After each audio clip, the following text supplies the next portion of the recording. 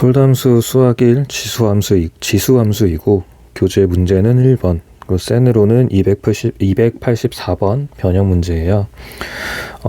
개념 내용이 조금 나와 있는데 이걸 5가지를 다 외울 거냐? 결국은 외워질 거예요. 네, 여러분이 여러 번 반복해서 보실 거기 때문에 결국은 외워질 건데, 외우려고 노력하기보다는 반복한다는 느낌으로 봐주시면 되고요. 하나씩 한번 볼게요. 좀 중요한 내용들이 있어서 1번 같은 경우는 절편에 대한 얘기이기 때문에 그냥 대입하시면 돼요. 지금 5가지 모두 다 대입을 할 건데, x에다 0을 넣었으니까 그럼 a의 0제곱이 될 거고 모든 수의 0제곱은 1이다. 이건 뭐 딱히 외우지 않아도 되죠. 그래서 f형이 1이다 라는 건 되는 거고, 2번이랑 3번은 세트인데요. 마찬가지예요. 대입을 할 거예요. x 더하기 y를 x 자리에 집어넣어 주세요 라는 거고요. 그리고 fx는 a의 x이고 fy는 a의 y제곱이잖아요. 두 개를 곱하게 되면 a의 x 더하기 y 제곱이 돼서 두 식이 같게 되겠죠. 지금까지 대입만 했어요, 여러분. 3번도 마찬가지입니다. 대입할 거예요. f의 x 빼기 y인데 대입하게 되면 a의 x 마이너스 y일 거고요. 이제 느낌 오시죠? fx는 a의 x제곱이고 fy는 a의 y제곱인데 이번에는 두 식을 나눌 거예요. 그러면 뺄 거니까 a의 x 빼기 y가 되겠죠. 마찬가지로 같아지는 거고요.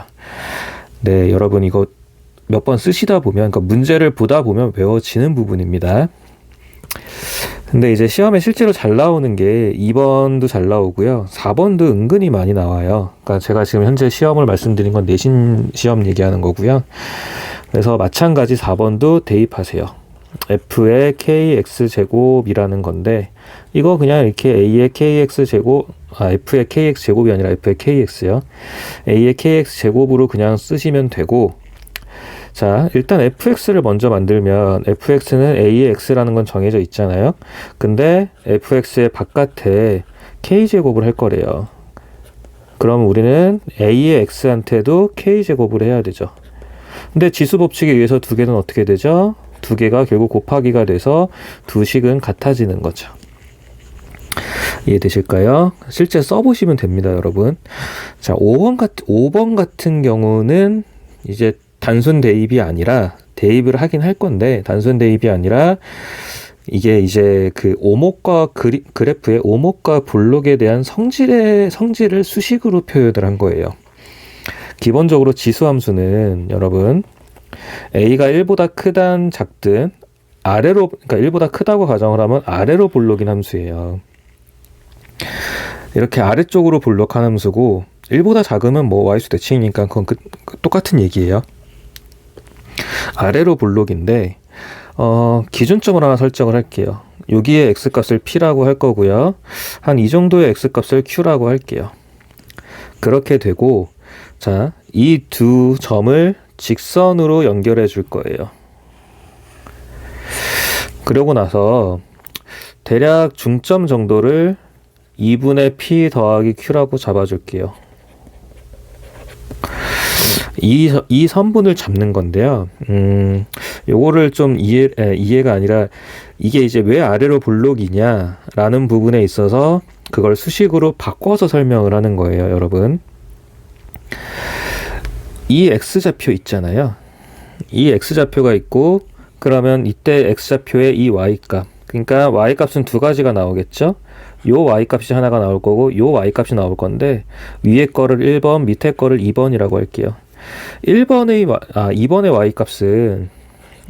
y값은요, 지금 주어진 지수함수가 fx이기 때문에 fx의 x자리에 2분의 p 더하기 q라는 x를 집어넣은 거고요. 1번의 y값은요, fp와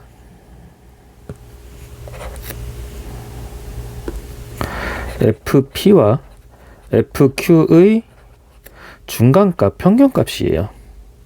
무슨 말씀이냐면 이때 y가 있죠. 그리고 이때도 y가 있겠죠.